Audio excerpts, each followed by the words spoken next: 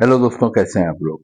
दोस्तों, अगर आप कनाडा, ऑस्ट्रेलिया या अमेरिका जाने का सोच रहे हैं तो मैं आपको कहूँगा बिल्कुल गलत सोच रहे हैं, क्योंकि आज इस वीडियो में जिस मुल्क के बारे में मैं आपको बताने जा रहा हूँ, इस मुल्क के इतने एडवांटेज हैं, इतने बेनिफिट हैं। अगर आप वो सारे जान लेंगे तो ये आप यकीनन कहेंगे कि हमने अमेरिका, कनाडा या ऑस्ट्रेलिया नहीं जाना, बल्कि हमने इसी मुल्क में जाना है। दोस्तों, आजकल हर पाकिस्तान और इंडिया के दूसरे बंदे का ड्रीम है कि इस कंट्री में चले हैं।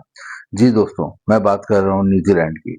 दोस्तों, आज की इस वीडियो में हम देखेंगे न्यूजीलैंड का ई वीज़ा आप 7 दिन में, सिर्फ़ और सिर्फ 7 दिन में घर बैठे कैसे हासिल कर सकते हैं। दोस्तों, न्यूजीलैंड के 5 बहुत बड़े एडवांटेज हैं, जो कि मैं पहले आपको बताता हूँ। उसके बाद मैं आपको मज़ीद तफ़सीलात बताऊँगा कि कौन-सा वीज़ा हासिल करना है, कौन से लिंक पे जाना है, कैसे घर बैठे हासिल करना है, तमाम तफ़सीलात मैं आपको दूँगा।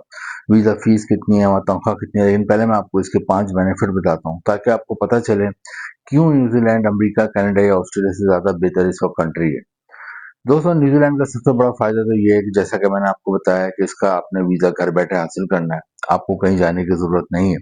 आजकल गर्मी शदीद पड़ रही है पाकिस्तान और इंडिया में, और ऐसे में लोग एक शहर से दूसरे शहर जाते हैं, एम्बेसी के चक्कर लगाते हैं, एप्लीकेशन जमा करवाते हैं, लंबी-लंबी लाइनों में लग रहे होते हैं, उसके बाद भी कोई गारंटी नहीं होती कि उन्हें वीज़ा मिलेगा, नहीं मिलेगा। तो न्यूजीलैंड का एडवांटेज ये है कि इसका वीज़ा आपने घर बैठे हासिल करना है। कौन से लिंक पे जाना है, कैसे जाना है, कौन से डॉक्यूमेंट चाहिए, मैं भी आपको आगे बताता हूँ। लेकिन पहला एडवांटेज ये है कि आपको कहीं नहीं जाना, घर से अप्लाई करना है और घर पे आपको इसका वीज़ा वसूल करना है। दूसरा दोस्तों, इसका एडवांटेज ये है कि इसकी वीज़ा फ़ीस बहुत कम है, वरना अमेरिका और यूरोप के अक्सर मुल्कों की वीज़ा फ़ीस ही लाखों रुपए में होती है, और लोग अक्सर वीज़ा फ़ीस सुन के फिर चुप हो जाते हैं और आगे प्रोसेस नहीं कर पाते। लेकिन न्यूजीलैंड की वीज़ा फ़ीस पाकिस्तानी रुपीस में एक बंदे की सिर्फ और सिर्फ 25,000 रुपए है। वीज़ा फ़ीस ऐसी है जो कि हर कोई बंदा दे सकता है, तो इसकी वीज़ा फ़ीस बहुत कम है। सेकंड, इसका एडवांटेज ये है। दोस्तों, तीसरा इसका एडवांटेज ये है कि इसका जो पासपोर्ट है वो दुनिया में रैंक करता है टॉप 6 में, क्योंकि दुनिया में 200 के करीब मुल्क हैं, और किसी भी मुल्क की अहमियत का अंदाजा कभी भी आपको लगाना होता है तो आप पासपोर्ट रैंकिंग से देखते हैं। आपसे कोई किसी भी मुल्क की कितनी तारीफ कर ले, कितने उसके एडवांटेज बता दे, लेकिन अगर आपने उसका पासपोर्ट रैंक देखा और पासपोर्ट रैंक अच्छा नहीं है दुनिया में, तो फिर उसका मतलब है कि वो मुल्क नीचे की तरफ है। लेकिन 200 मुल्कों में जो टॉप 10 मुल्क होते हैं, जो दुनिया के 10 जो टॉप के मुल्क होते हैं, इनका पासपोर्ट सबसे मजबूत होता है, तो वो दुनिया में सबसे मजबूत मुल्क समझे जाते हैं। तो न्यूजीलैंड का जो पासपोर्ट है वो नंबर 6 पे रैंक करता है, और यहाँ के जो शहरी होते हैं, यहाँ के जो सिटीजन होते हैं, यहाँ पे जो शहरियत होते हैं, जिनके पास यहाँ की जो शहरियत के हुकूक होते हैं, वो दोस्तों 170 और इससे ज़्यादा कंट्रीज में बगैर वीज़े के जा सकते हैं। जी हाँ, 170 मुल्कों में जाने के लिए उन्हें वीज़ा लेने की ज़रूरत ही नहीं है दुनिया में। यानी कि तकरीबन पूरी दुनिया ही उनके लिए फ्री हो गई। भी शहरियत मिल सकती है, किस तरह मिलेगी, कितने अरसे में मिलेगी, ये भी मैं आपको आगे बताऊँगा, लेकिन पहले इसके मज़ीद 3 एडवांटेज बता दूँ। दोस्तों, एक और एडवांटेज ये है कि आप बाहर क्यों जा रहे हैं? आप बाहर तफ़रीह करने जा रहे हो? नहीं। आप बाहर ऐसे ही एन्जॉय करने जा रहे हो? नहीं। बल्कि आप बाहर जा रहे हो अपने बच्चों के बेहतर मुस्तकबिल के लिए, अपनी बीवी के बेहतर मुस्तकबिल के लिए, अपने माँ-बाप के बेहतर मुस्तकबिल के लिए, और सबसे बढ़ के अपने बेहतर मुस्तकबिल के लिए। तो दोस्तों, बाहर जाने का मेन मकसद होता है ज़्यादा से ज़्यादा पैसा कमाना। न्यूजीलैंड में यूरोप के मुकाबले में आपको तकरीबन डबल तनख्वाह मिलती है। यूके में जाते हैं, इंग्लैंड में जाते हो तो वहाँ पे आपको 6 से 7 लाख रुपए माहाना तनख्वाह मिलती है। लेकिन न्यूजीलैंड में आपको तकरीबन 12 लाख रुपए माहाना तनख्वाह मिलती है पाकिस्तानी रुपीस में, और तकरीबन 4 से 5 लाख रुपए माहाना तनख्वाह मिलती है इंडियन रुपीस में। तो ये एक और एडवांटेज है, और ये बहुत बड़ा एडवांटेज है जिसके लिए आप बाहर जाते हैं। कहते हैं कि न्यूजीलैंड में आपने वीजे के लिए अप्लाई कैसे करना है। दोस्तों, 2 तरह के वीजे होते हैं, आपको पता है कहीं भी जाने के लिए। एक होता है विजिट वीजा, एक होता है वर्क वीजा। अमूमन जब हम कहीं भी बाहर जॉब करने का सोचते हैं और बाहर जाने का इरादा करते हैं, तो हम कंट्री सिलेक्ट करने के बाद अमूमन हम वर्क वीजे के लिए अप्लाई करते हैं। और एडवांटेज न्यूजीलैंड का आपको बताऊं कि यहाँ पर अगर आप जाते हैं विजिट वीजे पे, और अगर आप विजिट वीजे पे वहाँ गए हुए और आपको उस दौरान कोई जॉब मिल जाती है वहाँ पे, तो आप विजिट वीजे को वर्क वीजे में कन्वर्ट करा सकते हैं। ये बहुत बड़ा एडवांटेज है, दुनिया के बहुत कम मुल्क देते हैं, और न्यूजीलैंड में आपको ये एडवांटेज भी मिलता है। तो दोस्तों, अब हम आते हैं अपने असल टॉपिक की तरफ कि इसका वीजा कौन सा लेना और कैसे हासिल करना है, और उसके बाद मैं आपको जॉब्स के हवाले से बताऊंगा और लिंक भी बताऊंगा। सबसे पहले मैं आपको बताता हूँ, 2 तरह के वीज़े होते हैं। आपने डिस्क्रिप्शन में एक लिंक दिया हुआ है, आपने उधर जाना है, अपने आप को रजिस्टर्ड करना है, उसमें जो चीज़ें फिल करनी है वो फिल करनी है, और उसके बाद अपने वीज़े के लिए अप्लाई करना है। अब 2 तरह के वीज़े आपके सामने आते हैं, एक होता है विजिट वीज़ा, एक होता है वर्क वीज़ा। अमूमन जॉब के लिए जाते हैं तो हम वर्क वीज़े के लिए अप्लाई करते हैं, और उसके लिए हमें जॉब ऑफर लेटर चाहिए होता है। लेकिन न्यूजीलैंड में ये आपको एडवांटेज मिलता है कि आपको ज़रूरी नहीं है कि आप वर्क वीज़े के लिए अप्लाई करें, आप विजिट वीज़े के लिए अप्लाई करें। विजिट वीज़ा वाला ऑप्शन लें। उसके बाद आपने क्या करना है कि आपके पास 4-5 चीज़ें डॉक्यूमेंट्स आपके पास बने हुए हों और कंप्यूटर मोबाइल में स्कैन करा के जहाँ से आप अप्लाई कर रहे हैं ऑनलाइन, उसमें सेव हों, तो ये अटैच करने पड़ते हैं। तो उसमें आपको एक तो नंबर 1 पे इम्पोर्टेंट सबसे इम्पोर्टेंट पूरी दुनिया में सफ़र के लिए पासपोर्ट चाहिए होता है। तो पासपोर्ट आपका बना हुआ और वैलिड हो, ये ना हो कि पासपोर्ट तो आपने बनवाया तो वो एक्सपायर हो गया हो।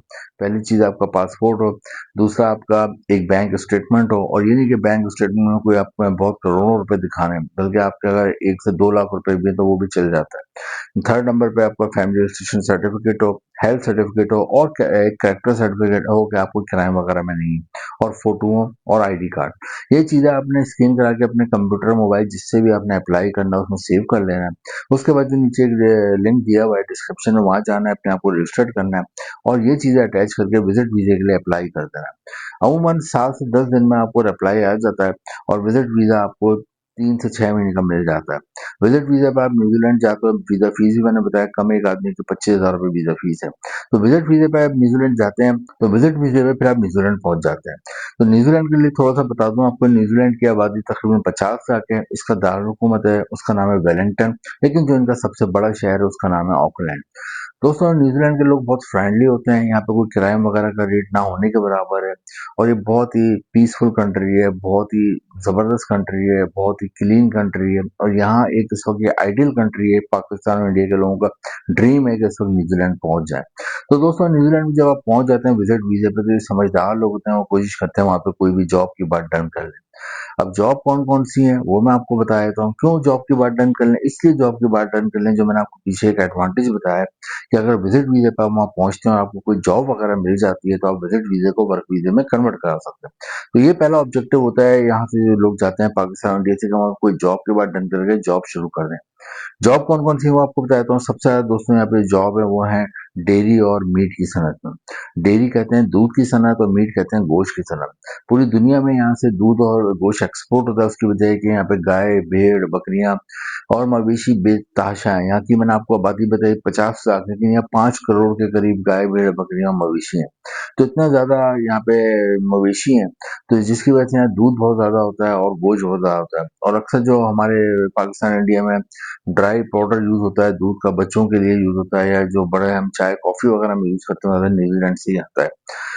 सेकंड चीज़ यहाँ पे गोश्त है, गोश्त भी पूरी दुनिया में यहाँ से एक्सपोर्ट होता है, तो आपको आसानी से जॉब मिल जाती है। चाहे आप पढ़े-लिखे हों, उस हिसाब से जॉब मिल जाती है, पढ़े-लिखे नहीं तो आपको एज़ अ लेबर या वर्कर भी जॉब मिल जाती है। सेकंड नंबर पे एग्रीकल्चर में बहुत जॉब है, क्योंकि यहाँ पे बहुत ज़्यादा क्रॉप्स होती हैं वेजिटेबल की, फ्रूट्स की। आपने कीवी फ्रूट का नाम सुना होगा, आपने चेरीज़, ब्लूबेरीज़, ये तमाम न्यूज़ीलैंड में ही ज़्यादा पैदा होती हैं।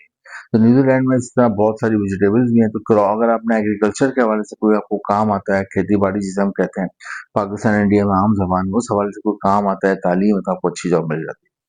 नेक्स्ट जो यहाँ पे जॉब है दोस्तों वो है होटल और रेस्टोरेंट इंडस्ट्री। होटल और रेस्टोरेंट इंडस्ट्री में इसलिए कि न्यूजीलैंड में साल भर टूरिस्ट आते हैं और जहाँ पे भी टूरिस्ट आएंगे तो वहाँ पे होटल और रेस्टोरेंट का बिजनेस खूब चमकेगा। होटल रेस्टोरेंट में साल भर जॉब रहती है। होटल रेस्टोरेंट में हर तरह की जॉब होती है। इफ यू आर एजुकेटेड, अगर आप पढ़े लिखे होते हो तो उस हिसाब से आपको जॉब मिल जाती है। अगर आप पढ़े लिखे नहीं हो लेकिन मेहनती हो, काम करना जानते हो, मेहनत करके पैसा कमाना चाहते हो, तो फिर आप यहाँ पे एज अ लेबर वर्कर भी काम कर सकते हो। यहाँ पे आप डाइनिंग एरिया में काम कर सकते हो, रिसेप्शन पे काम कर सकते हो, गार्ड की जॉब कर सकते हो, वेटर की जॉब कर सकते हो, किचन हेल्पर की जॉब कर सकते हो, शेफ की जॉब कर सकते हो। इसके अलावा आप होटल से एयरपोर्ट और एयरपोर्ट से होटल तक गैस को लाने और ले आने के लिए आप वहाँ पे गाड़ी भी ड्राइव कर सकते हैं।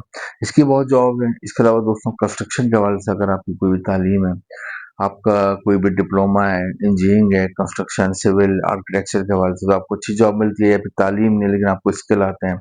आपको कोई भी स्किल आता है जो कि घर की तामीरात में यूज़ होता है, यानी कि प्लम्बर का काम, वेल्डिंग का काम, कलर करने का काम, वॉलपेपर लगाने का काम, फ्लोर पॉलिशिंग का काम, इसके अलावा किचन रेनोवेशन का काम, तो जब भी आपको अच्छी जॉब मिल जाती है। इसके अलावा डॉक्टर्स के लिए बहुत जॉब है। If you are a qualified MBBS doctor, तो आपको अच्छी जॉब मिल जाती है यहाँ पे हेल्थ केयर सेक्टर में। इसके अलावा अगर आप क्वालिफाइड नर्स हैं तो आपको अच्छी जॉब मिल जाती है, या फिर आप फार्मासिस्ट हैं तो आपको अच्छी जॉब मिल जाती है। दोस्तों इसके अलावा यहाँ पे फूड डिलीवरी की बहुत जॉब्स हैं, इसके अलावा बड़े-बड़े डिपार्टमेंटल स्टोर हैं, उसमें आप एज़ अ सेल्समैन काम कर सकते हो, अकाउंट्स में काम कर सकते हो। आपकी बटन रहती है तो वहाँ पर फिर आप विज़िट वीज़ा को वर्क वीज़ा में कन्वर्ट कराते हैं, फिर 2 से 3 साल का आपका वर्क वीज़ा हो जाता है, आप वहाँ रहते हैं, बाद में अपने बीवी बच्चों को भी बुला सकते हैं। अगर आपको वर्क वीज़ा मिल जाए तो एक और आपको फ़ायदे की बात बताऊँ, एक और एडवांटेज है कि आपकी वाइफ भी अगर जॉब करना चाहे वहाँ पे तो वो भी जॉब कर सकती है। तनख्वाह जो होती है न्यूज़ीलैंड में मैंने आपको बताया पाकिस्तानी रुपीज़ में 12 लाख रुपए और इंडियन रुपीज़ में 4 लाख रुपए माहाना तनख्वाह मिलती है। दोस्तों न्यूजीलैंड बहुत ही ज़बरदस्त कंट्री है, काफ़ी ज़्यादा अरसा गुज़ारते हैं, फिर आप नेशनलिटी के लिए भी दरख्वास्त दे सकते हैं और फिर आप भी अगर नेशनलिटी मिल जाए दुनिया में 170 से ज़्यादा मुल्कों में बगैर वीज़े के घूम सकते हैं। दोस्तों न्यूजीलैंड के लिए ट्राई करें, इंपॉर्टेंट नीचे डिस्क्रिप्शन में दिए हुए वीडियो अगर इन्फॉर्मेटिव लगी हो, कोई बात आपको अच्छी लगी हो तो इसको लाइक करें, शेयर करें और चैनल को सब्सक्राइब करें। इंपॉर्टेंट नीचे डिस्क्रिप्शन में दिए हैं और अगली वीडियो का वेट करें जिसमें हम एक नए मुल्क के बारे में मालूमात लेंगे।